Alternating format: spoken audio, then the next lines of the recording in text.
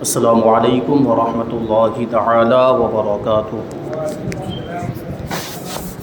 نحمده ونصلي ونسلم على رسوله الكريم اما بعد فاعوذ باللہ من الشیطان الرجیم بسم اللہ الرحمن الرحیم ان اللہ وملائکتہ یصلون علی النبی یا ایہا الذین آمنوا صلوا علیہ وسلموا تسلیما اللهم صل على سيدنا ومولانا محمد معدن الجود والكرم وآله الكرام وابنه الكريم وبارك وسلم صلاة وسلاما عليك يا رسول الله صلی اللہ تعالی علیہ وسلم۔ سورہ بقرہ کی 10ویں آیت کریمہ کی تفسیر جاری ہے۔ اس میں منافقین کا بیان ہو رہا ہے اور یہ فرمایا گیا کہ منافقین کے دلوں میں بیماری ہے، اللہ تبارک و تعالیٰ نے اس بیماری کو اور بڑھا دیا، اس میں اضافہ کر دیا، اور منافقین کے لیے دردناک عذاب ہے، تکلیف والا عذاب ہے ان کے جھوٹ کے بدلے میں۔ جو جھوٹ بولا کرتے تھے دنیا میں کہ اپنے آپ کو مومن ظاہر کرتے تھے جبکہ دل میں کفر چھپائے ہوئے تھے، تو اس جھوٹ کے بدلے میں انہیں دردناک عذاب کا سامنا کرنا پڑے گا۔ اب یہاں پر دیکھیں اللہ تبارک و تعالیٰ فرما رہا ہے کہ منافقین کے دل میں بیماری ہے اور اللہ تبارک و تعالیٰ نے اس بیماری کو بڑھا دیا۔ اب یہ بیماری بڑھانے کا کیا مطلب ہوتا ہے؟ تو کہتے ہیں کہ بیماری کو بڑھانے کی چند صورتیں ہیں۔ ایک یہ کہ انہیں اسلام کو دیکھ کر غم ہوتا تھا۔ ظاہر سی بات منافقین اندر سے کافر تھے، تو منافقین جیسے جیسے اسلام ترقی کرتا تھا اور جیسے جیسے اسلام پھیل رہا تھا، منافقین کو تکلیف ہوتی تھی، ان کو غم ہوتا تھا، تو اللہ تبارک و تعالیٰ نے اسلام کی اشاعت فرما کر ان کے غم کو اور بڑھا دیا، یعنی اسلام اور پھیل گیا تو ان کی تکلیف اور بڑھ گئی۔ تو بیماری کے بڑھنے کا ایک مطلب یہ ہوا، اور اسی طرح ان کے دل میں بدعقیدگی اور نبی پاک صلی اللہ علیہ وسلم کی دشمنی تھی۔ اللہ تبارک و تعالیٰ نے ان کے دلوں پر مہر اس طرح لگا دی کہ ان میں وعظ و نصیحت اثر نہ کرے، تو کفر بڑھ گیا ان کا، اس طریقے سے کفر اور بڑھ گیا، نبی پاک صلی اللہ علیہ وسلم کی دشمنی میں اور بدعقیدگی میں اور آگے بڑھ گئے۔ یا اس طرح کے جس قدر شرعی احکام بڑھے ان کا احکام بھی اور ان کا انکار بھی بڑھا۔ مثلا جب تک 10 احکام آئے تو وہ 10 کے منکر رہے، اللہ تبارک و تعالیٰ کے احکام 10 تھے تو وہ 10 کے منکر تھے، منکر مطلب انکار کرنے والے، اور جب 5 اور آ گئے تو اب وہ 10 کی جگہ پہ 15 احکام کے منکر ہو گئے، تو اس طرح ان کی بیماری اور بڑھی۔ یا اس طرح کے پہلے فقط عبادتیں آئی تھی، شروعات میں ابتدائے اسلام میں پہلے عبادتوں کا حکم آیا، عبادتیں ادا کرنے کا حکم دیا گیا، اور وہی عبادتیں ان پر بھاری تھی۔ اب سوچے جو اندر سے کافر ہو وہ عبادت دل سے تھوڑی کرے گا، نماز دل سے تھوڑی پڑھے گا، اس کو نماز بھی بھاری پڑتی۔ لیکن جب سزائیں اور جہاد کا حکم آ گیا، بھائی زنا کی سزا آ گئی، شراب کی سزا بھی آ گئی، چوری کی سزا آ گئی، جھوٹی تہمت لگانے کی سزا آ گئی، اور جہاد کا حکم آ گیا تو جہاد تو اور زیادہ بھاری۔ بھائی پہلے سے ان کو عبادتیں تو بھاری پڑتی ہی تھی، اب یہ جب سزائیں بھی آ گئی اور جہاد کا حکم آ گیا تو ان پر اور زیادہ مصیبت ٹوٹ پڑی۔ نماز پڑھنا ان کے لیے بھاری ہوتا تھا، اب جہاد میں جانا تو اور مشکل ہو جائے گا، بھائی جہاد میں تو جان بھی جا سکتی ہے، تو ان کے لیے یہ مصیبت اور زیادہ ہو گئی۔ اللہ تبارک و تعالیٰ کی شان ہے کہ شرعی احکام اور قرآنی آیتیں مسلمان کے ایمان کو قوی کرتی ہیں، مضبوط کرتی ہیں، لیکن ان سے کفار کا کفر بڑھتا ہے۔ قرآن کی آیتوں کی وجہ سے اور شرعی احکام کی وجہ سے منافقین کفر میں اور آگے بڑھتے ہیں۔ جیسے کہ بارش کا پانی گندگی پر پڑ کر اس کو اور زیادہ پھیلا دیتا ہے، جیسے مثال کے طور پر کہیں پر گوبر پڑا ہوا ہو اور اس پر بارش ہو تو وہ گوبر اور زیادہ پھیل جائے گا، وہ گندگی اور زیادہ پھیل جائے گی۔ مگر یہی بارش کا پانی اگر پاک چیز پر پڑے تو اس پاک چیز کو اور زیادہ صاف ستھرا کر دیتا ہے۔ تو یہی حال ہے ایمان والوں کا اور منافقین کا، کہ اللہ کی رحمت کی بارش ہوتی ہے، اللہ کے احکام نازل ہوتے ہیں، قرآن کی آیتیں نازل ہوتی ہیں، تو ایمان والوں کا ایمان اور زیادہ مضبوط ہو جاتا ہے۔ لیکن اسی کی وجہ سے، انہی شرعی احکام کی وجہ سے یا قرآن کی آیتوں کی وجہ سے کافروں کا کفر بڑھتا ہے، منافقین کا کفر بڑھتا ہے۔ تو یہ چیز ہے۔ یہی بات یہاں پر بھی ہے. یا اس طرح کہ جب وہ کھلے کافر تھے، منافقین پہلے کھلے کافر تھے تو ان میں بہادری تھی، مگر اسلام کے دبدبے اور شوکت کو دیکھ کر ان میں بزدلی پیدا ہو گئی، جس کی وجہ سے وہ منافقین بننے پر مجبور ہو گئے. یہ بزدلی والی بات ہے کہ اپنے آپ کو مومن ظاہر کر رہے ہیں، اندر سے کافر ہیں، یہ بزدلی والی بات ہے. تو پہلے تو کسی طرح کی کوئی بہادری تھی بھی، لیکن جب اسلام کو اللہ تبارک و تعالیٰ نے ترقی عطا فرمائی، غلبہ عطا فرمایا، تو یہ جو کافر تھے، یہ اس طرح کے جو کافر تھے وہ منافق بن گئے. منافق بننے پر مجبور ہو گئے تو یہ بزدلی آ گئی ان کے اندر. جس طرح کے دنیا میں ان کی بیماریاں بڑھتی جا رہی ہیں، اسی طرح آخرت میں ان کا عذاب بھی بڑھتا جا رہا ہے اور مسلمانوں کا ثواب بڑھتا جا رہا ہے. اور یہاں پر یہ جو فرمایا عذاب علیم، اس پر غور کرنے کی ضرورت ہے. دردناک عذاب، جب کھلے ہوئے کافروں کا ذکر کیا، اس سے پہلی والی آیت کریمہ میں آپ نے سنا کہ جو کافر ہیں، جن کی قسمت میں کفر لکھ دیا گیا، ان کے دلوں پر مہر لگا دی گئی ہے. ختم اللہ علی قلوبہم وعلی سمعہم، ان کے کانوں پر مہر لگا دی گئی اور ان کی آنکھوں پر پردے پڑے ہوئے ہیں، اور ان کے لیے بڑا عذاب ہے. دیکھیں کھلے ہوئے کافروں کے لیے کیا فرمایا کہ ان کے لیے بڑا عذاب ہے. لیکن جب منافقین کی بات آئی تو اللہ تبارک و تعالیٰ کیا فرما رہا ہے کہ ان کے لیے دردناک عذاب ہے. دیکھیں بڑا عذاب اور دردناک عذاب دونوں میں، مطلب عذاب تو دونوں ہے اور دونوں ہی خطرناک ہے، بڑا عذاب اور دردناک عذاب. لیکن یہ والا جو عذاب ہے، دردناک عذاب، تکلیف والا عذاب، یہ کھلے ہوئے کافروں کے مقابلے میں اور زیادہ سخت ہے کہ ان کے لیے بڑا عذاب ہے، ان کے لیے دردناک عذاب ہے، یعنی ان کی تکلیف اور زیادہ ہوگی. منافقین کو جو عذاب دیا جائے گا، اس میں کافروں کو جو عذاب دیا جائے گا اس سے زیادہ ان کو تکلیف ہوگی. اسی کو بیان کرتی ہیں، جیسے اس کو یوں سمجھے کہ کافروں نے تو ایمان کی لذت کو چکھا ہی نہیں تھا. جو کھلے ہوئے کافر جیسے ابو جہل اور ابو لہب، عتبہ، شیبہ وغیرہ، انہوں نے تو ایمان کی لذت کو چکھا ہی نہیں تھا. ان کو ایمان کا مزہ، ایمان کی مٹھاس ملی ہی نہیں تھی، اور نور ایمانی ان کے ظاہری حواس تک پہنچا ہی نہیں تھا. انہیں خبر ہی نہیں تھی کہ نماز میں کیا لطف ہوتا ہے، ایمان میں کیا بہار ہے. کھلے ہوئے کافروں کو کچھ بھی پتہ نہیں تھا. لیکن منافقین ایمان کے دروازے تک پہنچ چکے تھے، منافقین ایمان کے دروازے تک پہنچ چکے تھے، اور ایمان کی شیرینی، ایمان کی مٹھاس ان کے تالو اور زبان پہ لگ چکی تھی. یعنی ہم کوئی چیز جب چکھتے ہیں، چکھنے کا کیا مطلب ہوتا ہے؟ زبان پر رکھنا کسی چیز کو، تو اس کا کچھ حصہ تالو پر بھی لگتا ہے، پھر اگرچہ اس کو تھوک دیا جائے لیکن اس کی مٹھاس یا اس کا ذائقہ منہ میں باقی رہتا. تو منافقین کا بھی حال یہ تھا کہ ایمان کی شیرینی ان کے زبان اور تالو پر لگ چکی تھی، پھر اس کے پھل نہ کھا سکیں گے تو ان کی اپنی محرومی پر ان کو بہت زیادہ صدمہ ہوگا، بہت زیادہ تکلیف ہوگی. یعنی کیا مطلب ہوا کہ یہ تو ایمان کے قریب آ گئے پھر دور ہو گئے. جیسا کہ ایک شخص نے عمدہ میووں کا مزہ چکھا ہی نہیں، عمدہ پھلوں کا مزہ چکھا ہی نہیں، دوسرے نے چکھا تھا مگر اب ان کو میسر نہیں ہوا، تو یقیناً نہ ملنے کی حسرت زیادہ انہیں ہوگی جو چکھ کر محروم رہ گئے. مطلب جس نے کوئی پھل چکھا پھر کھا نہیں پایا تو اس کو زیادہ محرومی کا احساس ہوگا، اور جس نے چکھا ہی نہیں کسی پھل کا ذائقہ اور اس کو نہیں مل پایا تو اس کو اتنی تکلیف نہیں ہوگی. تو یہ منافقین کا حال ہوگا. نیز کھلے ہوئے کافروں کو تو صرف دوزخ کا عذاب ہی ہوگا، لیکن منافقین کو عذاب بھی ہوگا اور فرشتوں کی طرف سے ان کو طعنے بھی دیے جائیں گے. چکھو یہ جہنم کا عذاب، چکھو یہ تمہارے نفاق کا بدلہ ہے. یہ فرشتوں کے ذریعے سے ان کو طعنے بھی دیے جائیں گے، تو یہ تکلیف الگ سے ہوگی، اس لیے ان کو تکلیف زیادہ ہوگی. نیز چونکہ انہوں نے جھوٹ بھی بولا تھا، اس لیے ان کو جہنم کے سب سے نچلے طبقے میں رکھا جائے گا، جہاں کے اور طبقات سے دوزخیوں کی پیپ وغیرہ بہہ کر آئے گی. اب ظاہری سی بات ہے سب سے نچلے طبقے میں ہوں گے، ان کے اوپر اور کفار ہوں گے درجے کے اعتبار سے، جو اپنے کفر میں جتنا زیادہ سخت ہوگا وہ جہنم میں اتنا ہی زیادہ نیچے ہوگا. یہ غور کریں گے آپ. جنتیوں کے درجات کیسے ہوں گے کہ جو مرتبے میں جتنا زیادہ بڑا ہوگا، جس کا ایمان جتنا زیادہ مضبوط ہوگا، وہ جنت میں اتنے ہی اونچے درجے میں ہوگا. جبکہ جہنمیوں کا بالکل اس کا الٹا حساب ہوگا کہ جو کافر جتنا زیادہ کفر میں آگے بڑھا ہوا ہوگا، جس کا کفر بہت زیادہ بدتر ہوگا، وہ اتنا ہی زیادہ جہنم میں نچلے والے طبقے میں ہوگا. تو یہ منافقین سب سے زیادہ نچلے طبقے میں ہوں گے.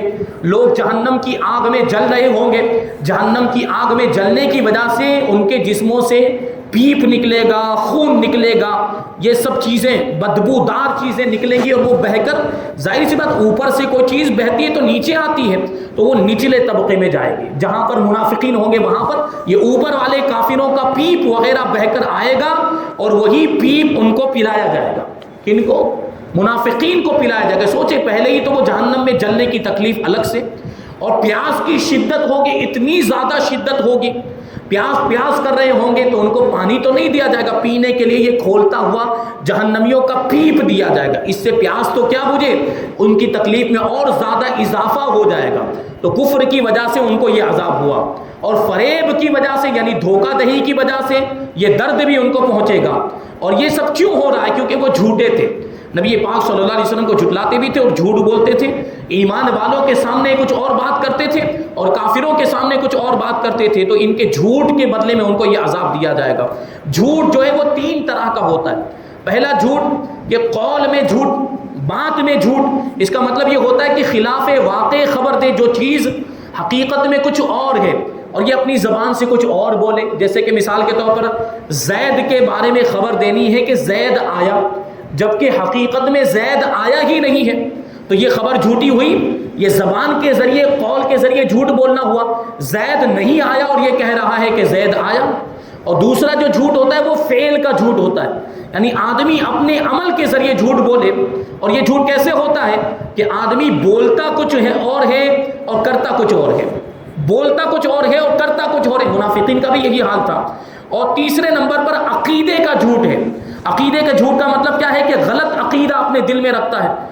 تو یہ جو منافقین تھے یہ تینوں طرح کے جھوٹے، تینوں طرح کا جھوٹ ان کے اندر پایا جاتا تھا۔ خلاف واقع خبر بھی دیا کرتے تھے، اور جو بولتے تھے وہ کرتے نہیں تھے، اور عقیدے کا بھی جھوٹ ان کے اندر بدرجۂ عتم پایا جاتا تھا۔ اب عقیدہ تو کیسا، اندر سے کافر تھے، تو اس سے برا عقیدہ اور کیا ہو سکتا ہے۔ تو یہ باتیں ہوئی، یہ عقیدے کا جھوٹ، ہر جھوٹ ان کے اندر پایا جاتا تھا۔ اگر کوئی شخص جھوٹ نہ بولنے کا عہد کر لے تو انشاءاللہ تبارک و تعالیٰ وہ بہت سے گناہوں سے بچ جائے گا۔ جھوٹ بہت بری چیز ہے، اور ایک بات آپ یاد رکھیں کہ جھوٹ یہ ایک ایسی برائی ہے کہ دنیا کا ہر شخص، ہر انسان، ہر مذہب کا ماننے والا یا جس کا کوئی مذہب نہیں بھی ہے، جو لا دین ہے، کسی مذہب کی پیروی نہیں کرتا ہے، وہ بھی جھوٹ کو برا سمجھتا ہے۔ یہ جھوٹ اتنی بری چیز ہے، تو ہمیں جھوٹ سے بچنا چاہیے۔ اگر کوئی شخص جھوٹ سے بچے گا تو انشاءاللہ تبارک و تعالیٰ وہ بہت سارے گناہوں سے بچ جائے گا۔ انبیاء کرام بھی سارے گناہوں سے محفوظ ہوتے ہیں، اور خاص طور پر جھوٹ سے محفوظ ہوتے ہیں۔ اللہ تبارک و تعالیٰ انبیاء کرام کو جھوٹ سے محفوظ رکھتا ہے، کیونکہ معاذ اللہ بالفرض اگر انبیاء کرام جھوٹے ہوں تو پھر ان کی نبوت پر بھی اعتراض ہوگا، کیونکہ انہوں نے نبوت کا دعویٰ کیا، اپنے نبی ہونے کا دعویٰ کیا، پیغمبر ہونے کا دعویٰ کیا، تو اگر ان کا جھوٹ بولنا ممکن ہو تو ان کی نبوت بھی جھوٹی ہو سکتی، پھر لوگ ان کی نبوت پر بھی اعتراض کریں گے۔ تو انبیاء کرام کا جھوٹا ہونا محال ہے، ناممکن ہے، وہ کبھی جھوٹ بول ہی نہیں سکتے۔ تو انبیاء کرام کو اللہ تبارک و تعالیٰ جھوٹ سے محفوظ رکھتا ہے خاص طور پر۔ یوں تو سارے گناہوں سے اللہ تبارک و تعالیٰ اپنے نبیوں کو محفوظ رکھتا ہے۔ جھوٹ بہرحال منع ہے، سوائے چند جگہوں کے، سخت مجبوری کی حالت میں، اور سخت مجبوری کی حالت میں جھوٹ بولنے کی اجازت ہے، اور 2 مسلمانوں میں صلح کرانے کے لیے جھوٹ بولنے کی اجازت۔ مطلب 2 مسلمانوں میں جھگڑا ہو گیا، دونوں میں اختلاف ہو گیا، ہمارے یہاں پہ بولتے ہیں کہ 2 مسلمانوں میں وہوار ختم ہو گیا، رشتہ توڑ لیا ایک دوسرے سے، تو ایسی صورت میں اب ظاہر سی بات ہے 2 مسلمانوں کو ملانا یہ بہت بڑا نیکی کا کام، جو 2 مسلمانوں میں جھگڑا ہو گیا ہے ان دونوں کو ملا دینا، صلح کرا دینا، یہ بہت اچھی بات ہے۔ تو ایسی صورت میں اگر جھوٹ کا سہارا لینا پڑے، اگر خلاف واقع بات کہنی پڑے، تو شریعت نے اس کی اجازت دی، کیونکہ اس کا مقصد بہت اچھا ہے۔ کیا ہے؟ 2 مسلمانوں کو ملانا، دونوں کے اختلاف کو ختم کرنا۔ جیسے مثال کے طور پر جن 2 مسلمانوں کے درمیان اختلاف ہو گیا، ان میں سے ایک کے پاس جا کر کہے کہ جس کے ساتھ تمہارا جھگڑا ہو گیا، تمہارا وہ بھائی تو تمہاری تعریف کر رہا تھا اور افسوس کر رہا تھا کہ میرا اس کے ساتھ جھگڑا ہو گیا، مجھے جھگڑا نہیں کرنا چاہیے تھا، مجھے تو اس کے ساتھ بات کرنی ہے، مجھے اس کے ساتھ پھر سے رشتہ جوڑ لینا ہے، پھر سے ویوہار قائم کر لینا ہے، وہ تو تمہارے بارے میں ایسی باتیں کر رہا تھا۔ تو پہلے شخص کے پاس جا کر بھی یہ کہے اور دوسرے شخص کے پاس جا کر بھی اس طرح کی باتیں کرے کہ وہ تو تمہاری تعریف کر رہا تھا اور اسے بھی تم سے جو جھگڑا ہو گیا اس پر افسوس ہو رہا تھا، تو کیا ہوگا؟ دل میں دونوں کے ایک دوسرے کے لیے محبت کے جذبات پیدا ہوں گے، اور ہمدردی کا جذبہ پیدا ہوگا، پھر دونوں آپس میں مل جائیں گے، جھگڑا ختم ہو جائے گا۔ تو یہاں پر خلاف واقع بولنے کی اجازت ہے۔ اسی طرح اپنی بیوی کو راضی کرنے کے لیے بھی خلاف واقع بات بولنے کی اجازت ہے، اور جہاد کے موقع پر بھی اگر ضرورت پڑے تو جھوٹ بولنے کی اجازت۔ کفار سے مقابلہ ہے، دشمنان اسلام سے مقابلہ ہے، جنگ ہو رہی ہے، تو وہاں پر بھی جھوٹ بولنے کی یعنی خلاف واقع بات بولنے کی اجازت۔ تو یہ چند مواقع ہیں، چند مقامات ہیں جہاں پر جھوٹ بولنے کی شریعت نے اجازت دی، ورنہ اس کے علاوہ کسی اور جگہ پر جھوٹ بولنے کی اجازت نہیں ہے۔ اس آیت کریمہ کا خلاصہ یہ ہے کہ منافقین کی فطرت میں تندرستی ہے ہی نہیں، اور ان کے دلوں پر جھوٹ کی بیماری سوار ہو گئی ہے۔ جو صحت بخش باتیں نبی پاک صلی اللہ علیہ وسلم پر نازل ہوتی گئی، ان کی مخالفت سے ان کا مرض بڑھتا گیا، ان کی بیماری بڑھتی گئی، اور جس طرح کے جسمانی مرض کا انجام موت ہے، جسمانی بیماری کا انجام کیا ہوتا ہے؟ آدمی مر جاتا ہے آخر کا، اسی طرح روحانی بیماریوں کا نتیجہ دردناک عذاب ہے۔ بارش ہر درخت کو بڑھاتی ہے، بارش جب نازل ہوتی تو اس سے ہر درخت میں بڑھوتری ہوتی ہے، مگر جس درخت کا تخم ہی خراب ہو، تخم مانے بیج، جس درخت کا بیج ہی خراب ہو اس میں کانٹے اور کڑوے پھل آتے ہیں، اور جس کا تخم اچھا ہو، جس درخت کا بیج اچھا ہو اس میں عمدہ پھل آتے ہیں، اس میں پھول کھلتے ہیں۔ جس درخت کا، اب سوچے کہ بارش تو ایک ہی ہے، اس میں بارش کا کوئی قصور نہیں ہے، اس میں تخم کا اور بیج کا قصور ہے۔ بیج اچھا ہوتا ہے تو پھل اچھے ہوتے ہیں، پھول لگتے ہیں، لیکن بیج اگر خراب ہو تو پھر اس میں کانٹے لگتے ہیں اور اس کا پھل بھی کڑوا ہوتا ہے۔ تو جو اللہ تبارک و تعالیٰ کی رحمت ہے، قرآن کی آیتیں، نبی پاک صلی اللہ علیہ وسلم کی پیاری حدیثیں، تو یہ تو سب کے لیے رحمت ہے، جس سے ایمان والوں کو شفا ملتی ہے، ایمان والوں کے ایمان میں مضبوطی آتی ہے، جن کی اصل میں کجی ہے، جن کی اصل میں ٹیڑھا پن پایا جاتا ہے، یعنی منافقین، ان کی بیماری اور بڑھتی ہے۔ اس میں ان کا اپنا ہی قصور ہے، قرآن کریم کا کوئی قصور نہیں۔ قرآن تو رحمت کی بارش ہے، قرآن تو رحمت کی بارش ہے، جیسے یہ دنیا کی بارش ہوتی ہے، اس میں بارش کا کوئی قصور نہیں ہوتا ہے کہ پھل اچھے آ رہے ہیں یا برے آ رہے ہیں، وہ تو درخت کا اپنا قصور ہوتا ہے۔ تو اسی طرح یہ منافقین کا اپنا قصور ہے، ان کی اپنی کوتاہی اور اپنی کمی ہے کہ وہ قرآن کی آیتوں سے فائدہ نہیں اٹھا پا رہے، اور ان کی بیماری میں اور زیادہ اضافہ ہو رہا ہے۔ عام طور پر دل میں اچھے خیالات بھی آتے ہیں اور برے خیالات بھی آتے ہیں۔ اچھے خیالات رحمانی الہام ہوتے ہیں، یعنی اچھے خیالات اللہ تبارک و تعالیٰ کی طرف سے ہوتے ہیں، جن کے لیے ایک فرشتہ مقرر ہے، جو بندے کے دل میں وہ فرشتہ اچھے خیالات ڈالتا ہے۔ اور برے خیالات شیطانی وسوسے ہوتے ہیں، برے خیالات شیطان کی طرف سے ہوتے ہیں۔ جن دلوں پر اللہ تبارک و تعالیٰ کا کرم ہوتا ہے ان کو الہام زیادہ ہوتا ہے اور وسوسے کم ہوتے ہیں۔ اللہ تبارک و تعالیٰ کی توفیق ہوتی ہے تو دل میں اچھے خیالات آتے ہیں اور برے خیالات کم آتے ہیں، بلکہ بعض مقبولان خدا، یعنی جو اللہ کے محبوب بندے ہوتے ہیں، وہ ایسے ہوتے ہیں کہ ان کے دلوں میں وسوسے بالکل بھی نہیں آتے، ان کے دل وسوسوں سے محفوظ ہو جاتے ہیں۔ اللہ کے ولیوں کے حالات آپ نے سنے کہ وہ اپنے دل کی ایسی تربیت کرتے ہیں، اور اللہ تبارک و تعالیٰ ان کے دل پر اپنی تجلیات کو نازل فرماتا ہے، جس کی وجہ سے ان کے دل بالکل صاف ہو جاتے ہیں۔ اب شیطانی وسوسے ان کے دلوں میں نہیں آتے، بلکہ ان کا دل جو ہوتا ہے وہ شیطانی وسوسوں سے محفوظ ہو جاتا ہے۔ اور جن کے دلوں میں بیماری ہے انہیں الہام کم ہوتے ہیں اور وسوسے زیادہ ہوتے ہیں۔ اگر اس مرض کا علاج نہ کیا جائے، کسی قابل روحانی طبیب سے علاج نہ کرایا جائے تو صحت نہیں ہو پاتی، یہ بیماری اور بڑھتی جاتی۔ لیکن اگر علاج کرا لیا جائے تو آدمی کی یہ بیماری دور بھی ہو جاتی ہے۔ اب ظاہر سی بات ہے یہ دل کا معاملہ ہے، یعنی یہ روحانیت کا معاملہ ہے۔ اب یہ آپ کسی ظاہری ڈاکٹر کے پاس جائیں گے تو اس کا علاج نہیں ہو پائے گا۔ یہ روحانی بیماری ہے تو کس کے پاس جانا پڑے گا؟